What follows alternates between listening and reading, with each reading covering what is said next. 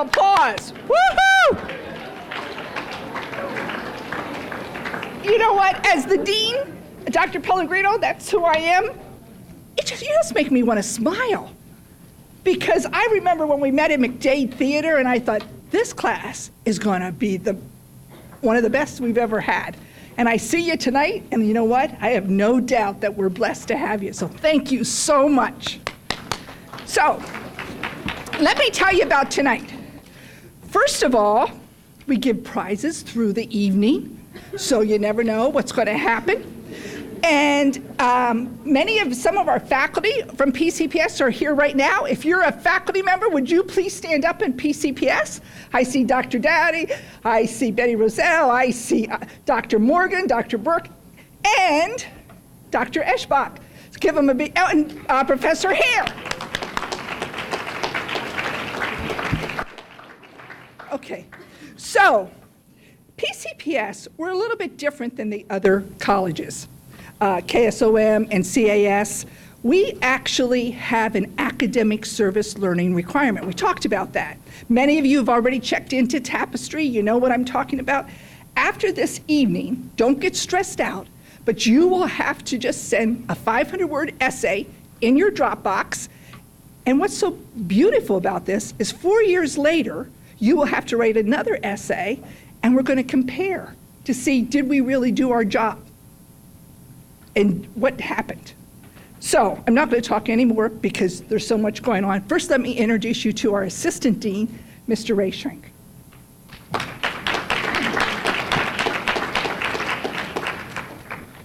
Good night, everyone.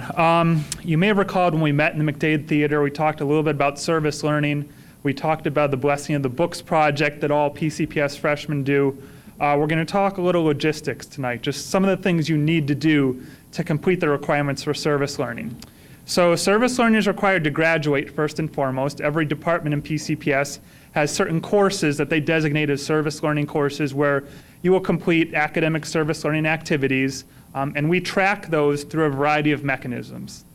One thing to keep in mind with service learning in general, there are really three components of it. There's a service learning contract, there's the activity that you're going to do, and then there's a timesheet that you submit. If you look in your folders, there are two pieces of paper that talk a little bit about these service learning requirements. There's instructions for completing your timesheet, and there's also a sample academic service learning timesheet in there. So first and foremost, step number one, completing the contract. So everyone here is going to be doing Blessing of the Books. So you're all going to complete a service learning contract indicating that that's one of the activities that you're going to do to meet your academic service learning requirements. And if you look at those instructions, it really kind of walks you through step by step. You're going to log in through My Scranton and then follow the rest of those steps there. I won't go over them just for the sake of time.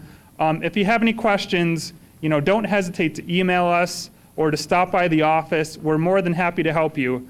The idea of the service learning contract is we want you to think about the service activity that you're going to do for the semester.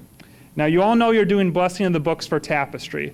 As you take your coursework in your major, the academic service learning requirements will vary. So you need to think about when you take these other courses, you need to complete the contract to indicate the type of service that you're going to complete. And you'll work with the instructor of your service learning course to get that approved. All right, so the instructions for completing the service learning contract will walk you through exactly what you need to do to complete the Blessing of the Books service learning activity.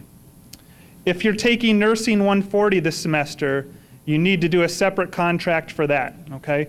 If you want to see all of the courses that are required as academic service learning courses for your major, you can go to our website, the PCPS Service Learning website, and that will give you a grid of all those courses.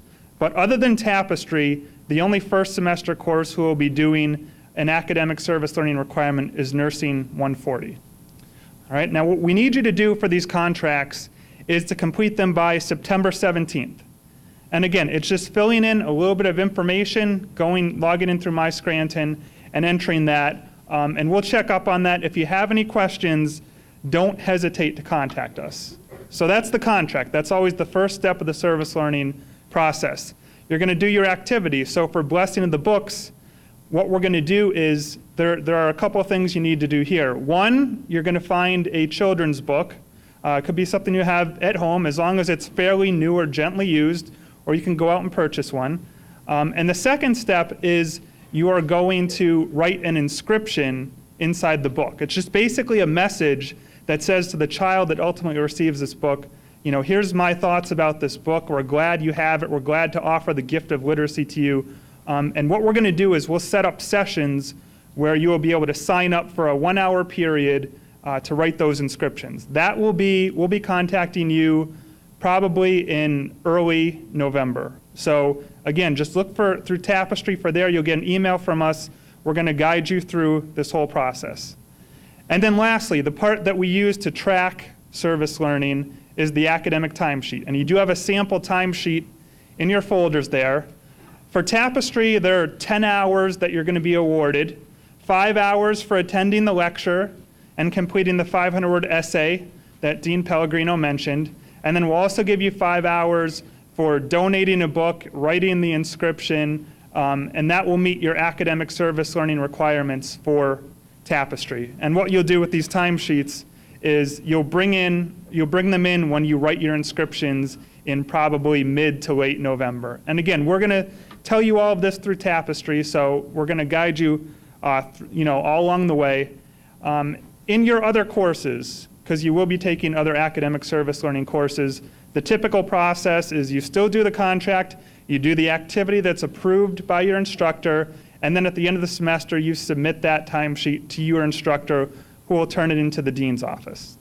I want to keep it brief. Those are really the essential elements, and the handouts for completing the contract, and also a sample of what the service learning timesheet looks like. You have copies of those. We have more information on Tapestry. And if you really have any questions, please don't hesitate to ask. We're here to help you out. All right, have a good night. Do you want to introduce our grad student? Oh, yes. Sorry about that. Kara, where are you? Kara? There she is. There she is. Kara Hoff is our graduate assistant in the dean's office. She will be someone, you've got an email from her on Monday reminding you of this activity. She'll be there to help you, along with myself, to sort of guide you through any of the Tapestry requirements, and particularly as they relate to service learning and blessing of the books. Okay. Thank you. And the other thing, besides our PCPS faculty that are here this evening, our academic advising centers also in the back of the room. We see Bernie Krazan and Diana Howe. Thank you so much. They passed out a piece of paper for you with our group advising times and other information that they wanted you to have. Our Associate Dean, Dr. Castellanos from the Dean's Office, and we have to love our Diane Muniz and Pat Conley. We're just blessed. So no more with me. I just want to introduce you to my friend and an inspiration to me every single day, Father Ryan Maher.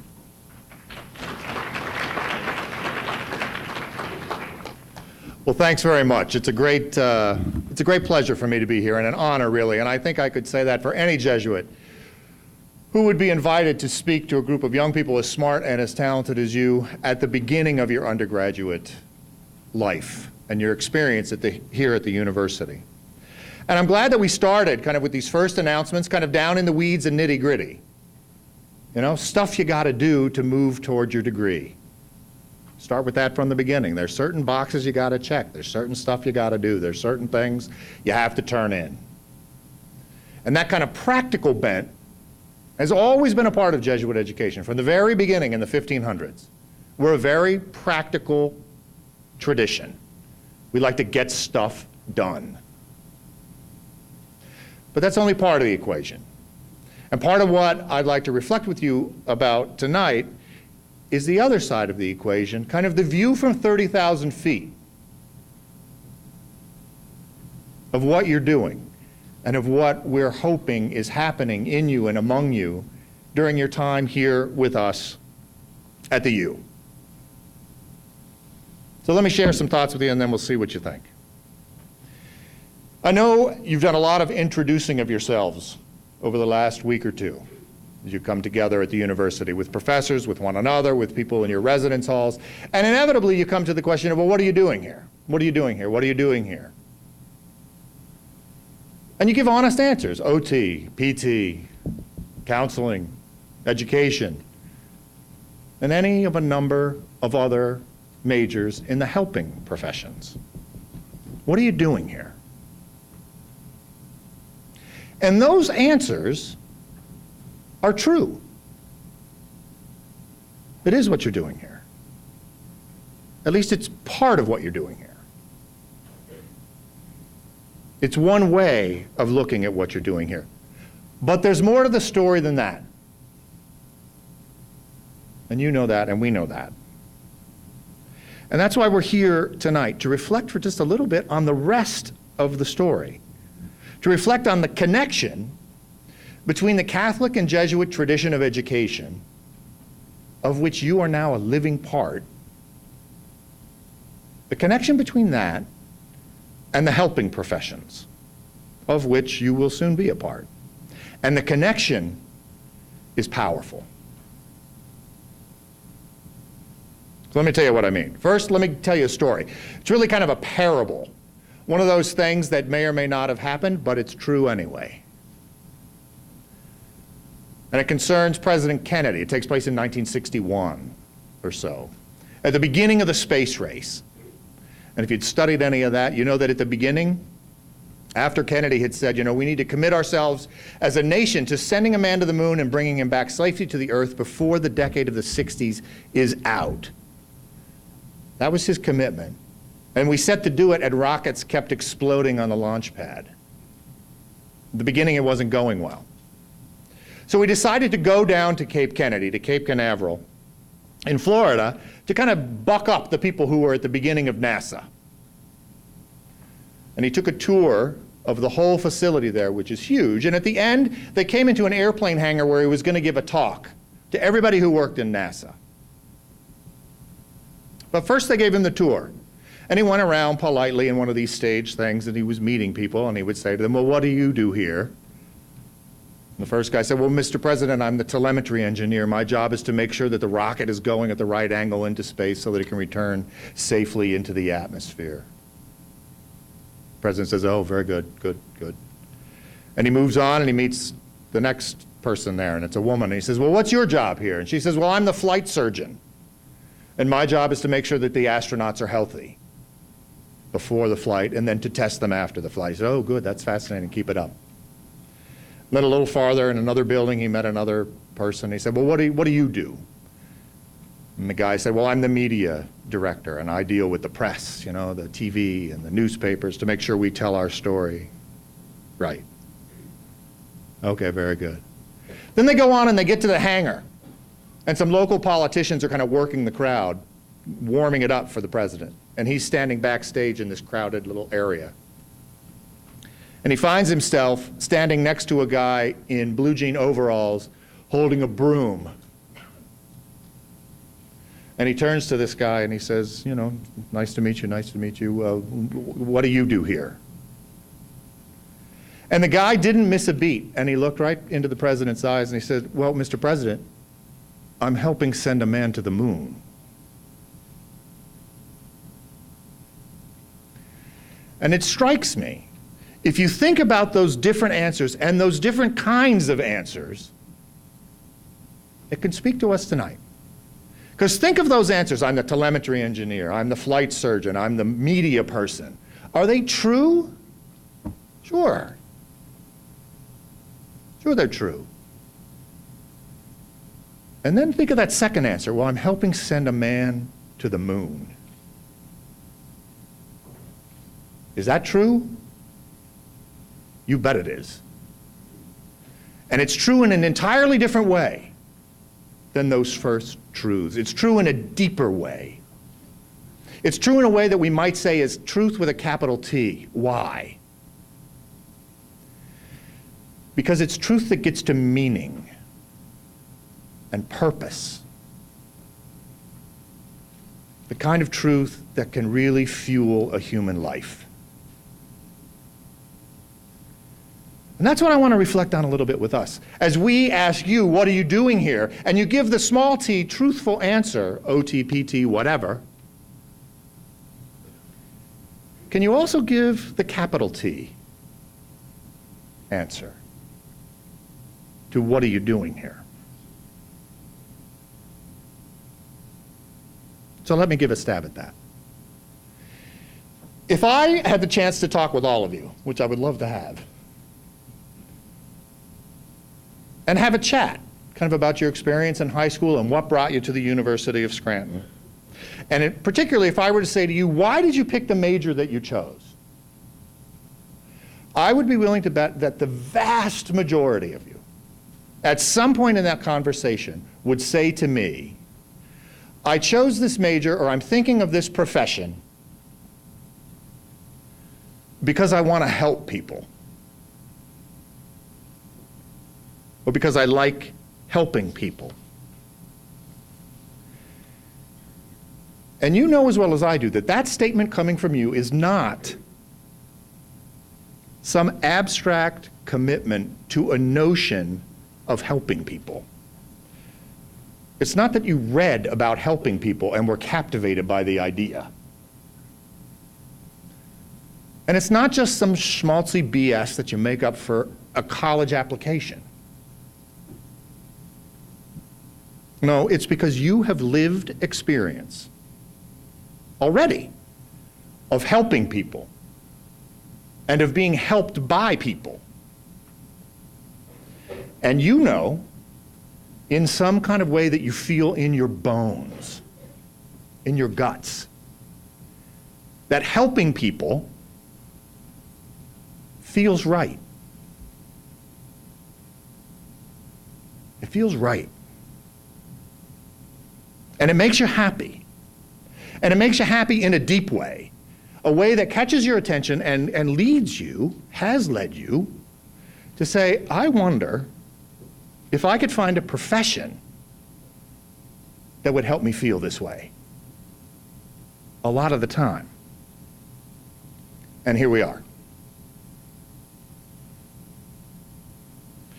Now, part of the link between the Catholic and Jesuit tradition of education and the helping professions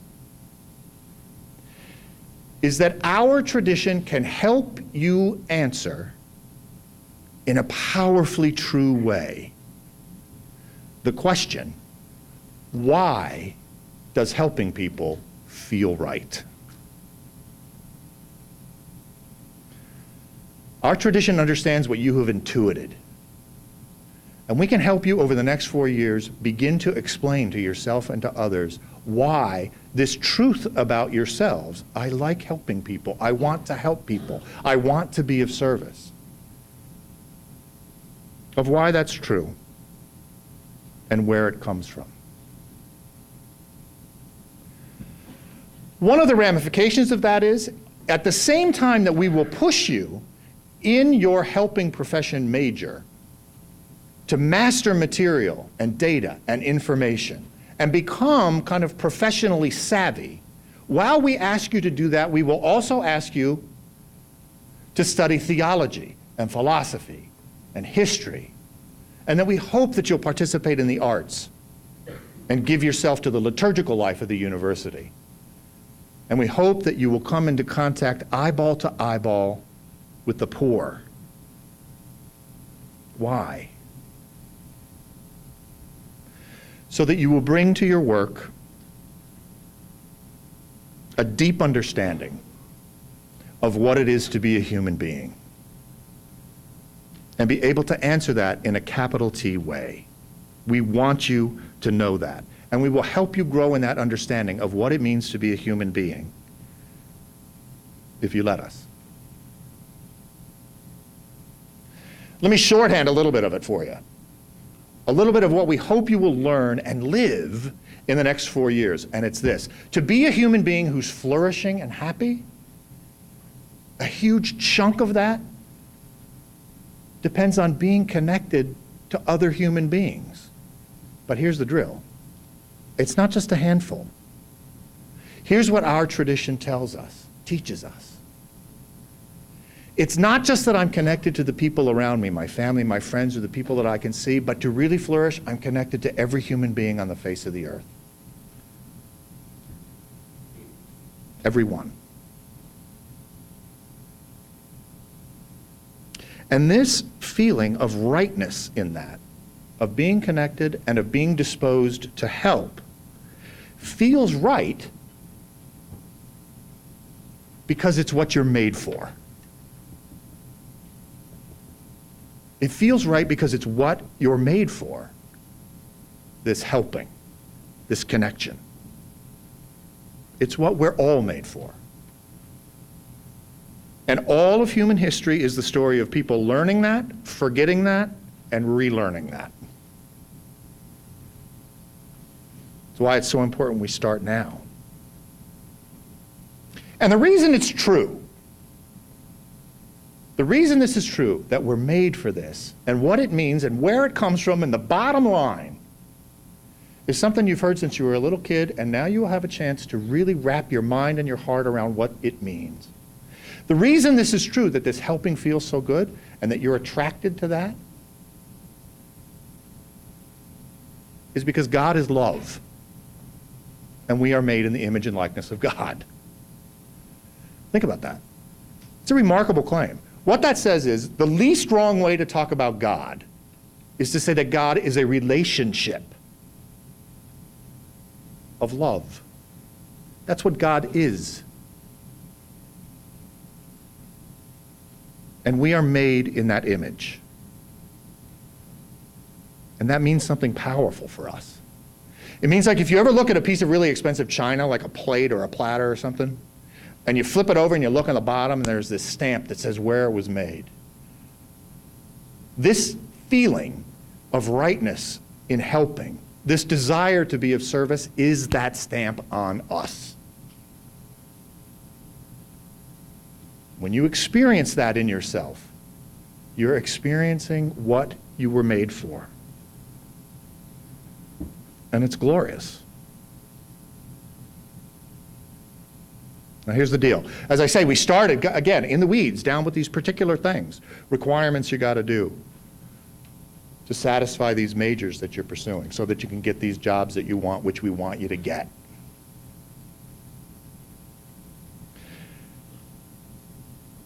But imagine this. Imagine if the world were constructed in such a way that if somebody said to you, well, what are you doing at Scranton?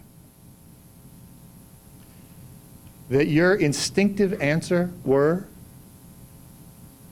I'm becoming the human being I was created to be.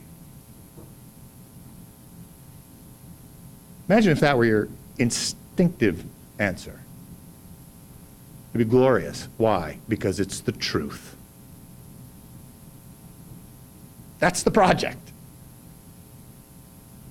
Yes, to prepare you for a career and a job, but to do that in the context of preparing you for a life as a human being. In the ideal world, we would talk about that every single day. Every single day at the university, we'd talk about that. How do I feel about the person I'm becoming? How am I doing? But it's hard because we live in a very complicated world, and as in the university world, we're responsible to lots of outside voices, accreditors and other agencies that look at us to see if we're checking all the boxes. And we need to check them. We need to be competent in the eyes of the world. But our challenge is to always remember that that part of reality is reality with a small r. The reality of I'm the telemetry engineer, or I'm the flight surgeon, or I'm the PR guy. Our tradition insists that we do that and do it well. And that we not stop there. That we look at what we're doing here together, all of us, in this university community, with a different set of eyes, in a different way, that sees more deeply, that enables us to give the kind of answer the guy with the broom gave. Answers from the big picture.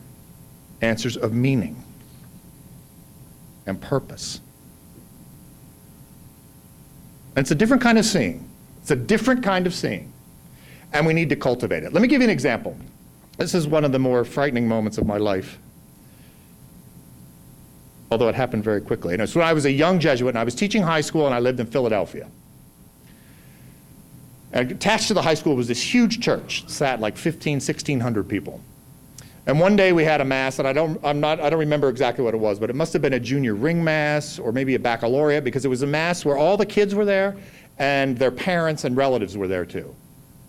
So it was kind of jammed. There were people standing all around the back of the church. And I was given a job down the main aisle, halfway down. My job was to distribute communion. And those of you who are Catholic will know this drill, and those of you who don't, here's the drill. At communion time, people spread out to distribute the consecrated bread and wine. I had a chalice full of wine. And the drill is people get in the line and they come up to you, and I'm holding it here, and I'm to say to each person, the blood of Christ. And the person says, amen, takes the chalice, drinks from it, gives it back to me. And then the next person goes. And it goes in quick succession. So I'm doing this, the blood of Christ, the blood of Christ, the blood of Christ, the blood of Christ. And then this guy comes up, an adult. Not one of the kids. And he comes up and I say, the blood of Christ. And he doesn't say anything, but he takes the chalice and he drinks from it. And he hands it back to me. And he looks me right in the eyes and he says, it is not blood. And my first reaction was, help, please don't hurt me. And he didn't. He gave it back to me, and he went away. I've thought of that moment many, many, many, many, many, many times since. Because as I reflect on it, I realize that at a certain level, he was right. It's not blood, it's wine. You can ask a chemist. But on another, deeper level, looking with a certain set of eyes, he was wrong. And it's that kind of sight, that kind of ability to look at the surface and recognize it for what it is, and be able to look more deeply and recognize for what it is even more, is what we are seeking to form in you. You who get so much already. This is what we call sacramental beholding, and it's your rightful inheritance as students in a Catholic and Jesuit university. The ability to look at things and see more deeply into them, to see them for what they are. And it's an odd kind of inheritance because it's not really something that you reach out and grasp. It's something or someone that you allow to reach out and grasp you. And it changes the way you understand what you're doing and how you live. And so we ask you to give yourself over these next 4 years to this glorious project, the project of becoming the men and women you were created to be. Men and women for others. Men and women who help other people. Men and women whose very lives give greater glory to God. We invite you to do that. And we promise you that this desire that you feel to help others, to be of service, is a glorious gift and you have landed in a university community that recognizes that and celebrates that and loves that.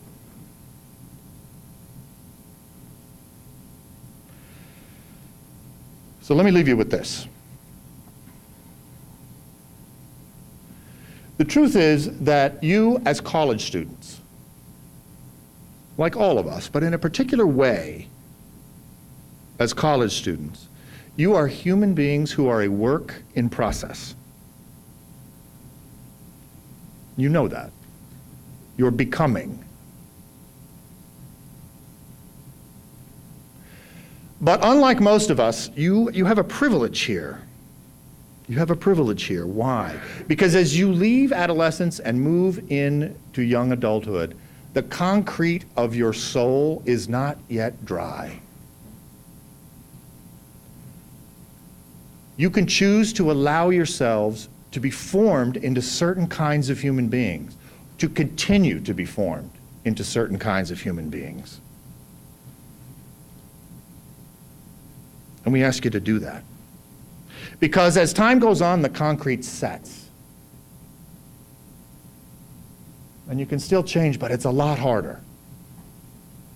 So now is a period of enormous grace for you as you grow into an adult. And so we ask you to do that by learning to pay attention to how you're changing and growing. First, to look back at how you changed and grew over the last 4 years. Think of the person you were in 9th grade and the person you are today. And what caused that change for the good. And then to ask, who do I hope to be 4 years from now? And what do I have to do to get there? If you do that, if we do that together, ask ourselves individually and collectively, who are we becoming? We'll become better people. And it will pay huge dividends for you individually, for us collectively, and one day, for most of you, for your children. So let's do it.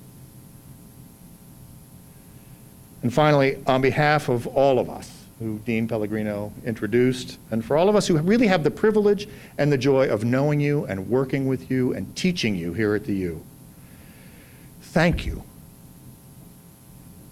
Thank you for being here, because you remind us by being yourselves of the best part of us,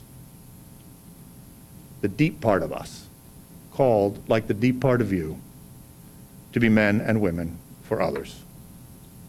So may God continue to bless you, and may God continue to bless the University of Scranton. Thanks very much.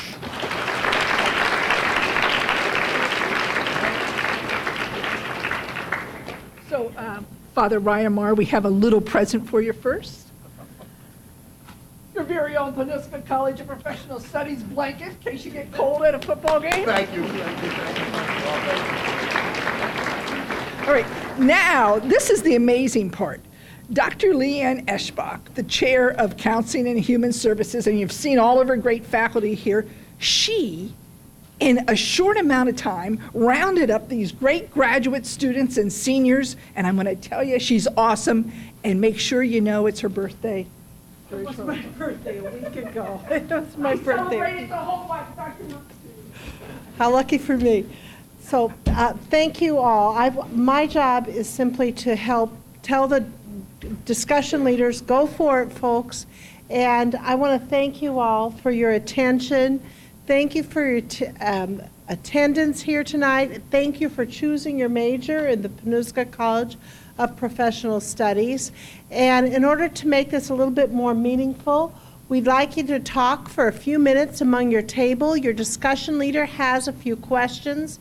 One of the benefits of this discussion, I think, for you is that it's going to help you write that short 500-word essay you have to send to Dean Pellegrino by the middle of October. So spend a few minutes talking at your table. If you don't have a discussion leader, flag down one of us, but thank you so much for participating in the discussion, and I'll give you a time when it's time to kind of wrap up your ideas, okay? Thank you.